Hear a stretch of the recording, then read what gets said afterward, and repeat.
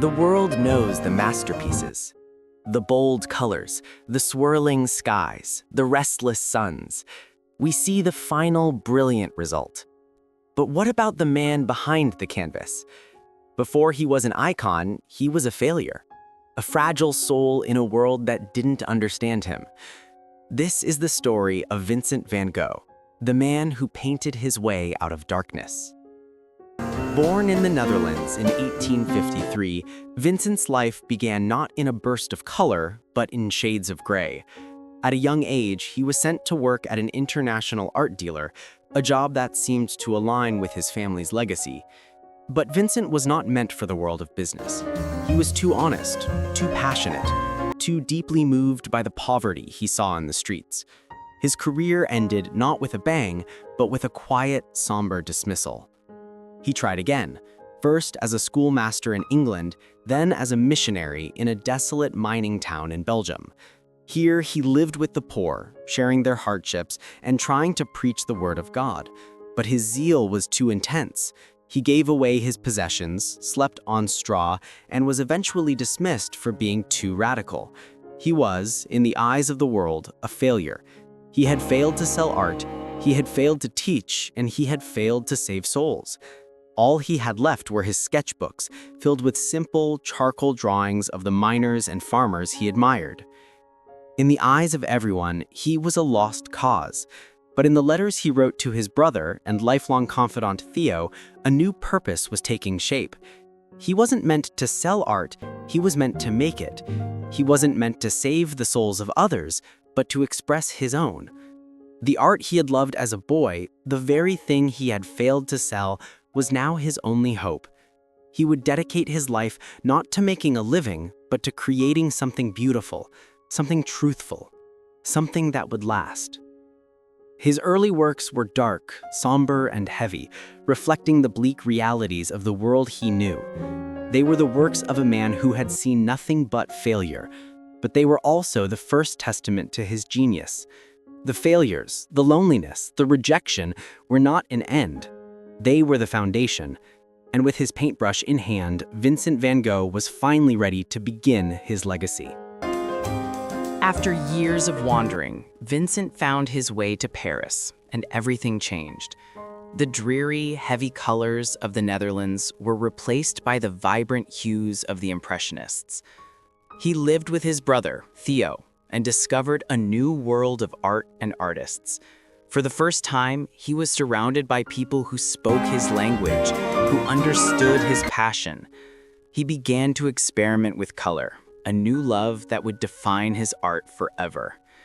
The palette of his mind was opening up, and his art was finally finding its light. But Paris was too much, too crowded, too chaotic for his fragile mind.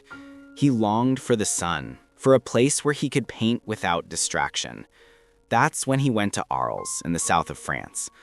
In the blinding light of the sun-drenched landscape, his genius exploded. He painted the fields, the sunflowers, the local people with a new, frenzied energy. He was living his dream. He wrote to Theo, telling him he was building a studio of the South, a place where artists could live and work together. He invited his friend, the painter Paul Gauguin, to join him. For a brief time, the dream was real. Gauguin arrived, and for a few months, the two artists painted side by side, debating, creating, and inspiring each other. It was a time of immense creative output for Vincent. He painted his famous Bedroom in Arles, a portrait of the simple, peaceful life he believed he was building. But the piece was an illusion. The two artists were brilliant, but their personalities were like fire and oil. Their debates turned into arguments. The tension became unbearable.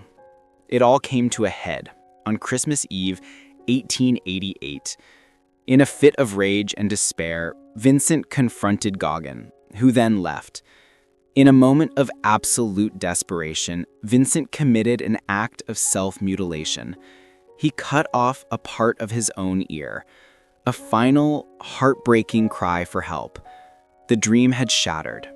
He was a man consumed by his own demons, and now his darkest fears had come true. He was alone again.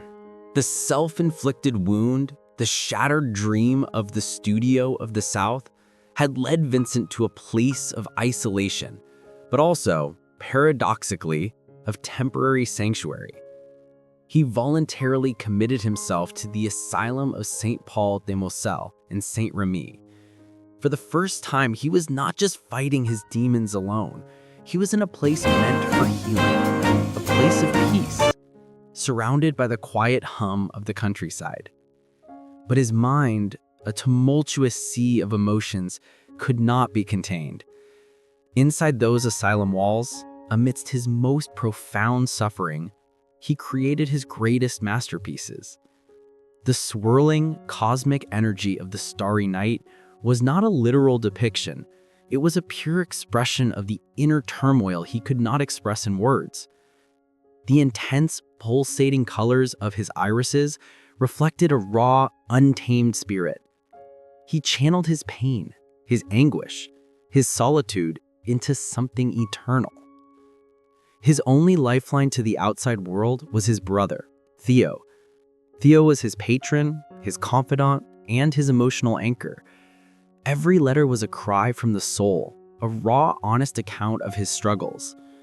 "The more I think about it," Vincent wrote, "the more I feel that there is nothing more artistic than to love people." The love he couldn't find in the world, he gave back through his art. Theo's unwavering belief in his brother was a light that refused to go out, even in the darkest of times. The work from his final years was a race against time, a final desperate burst of creative energy. He painted at a feverish pace, as if he knew his time was running out. His art was no longer just about observation. It was a deeply personal reflection of his life, his pain, and his hope for an escape. He transformed suffering into beauty, a legacy forged not in triumph, but in a profound and heartbreaking sacrifice. In the end, his profound journey was marked by a moment of quiet tragedy. In the summer of 1890, Vincent left the asylum to live in a small town called Auvers-sur-Oise.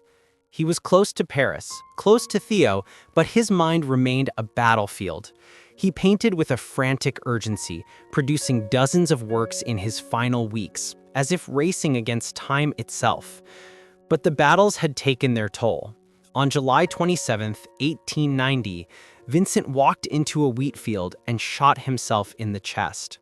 He didn't die instantly. He managed to walk back to his room, where Theo, upon hearing the news, rushed to his side. Theo was there for his brother's last moments, holding his hand as Vincent uttered his final words, "La tristesse durera toujours." The sadness will last forever. He died 2 days later, at the age of 37, a lonely, unknown artist who had sold only one painting in his lifetime.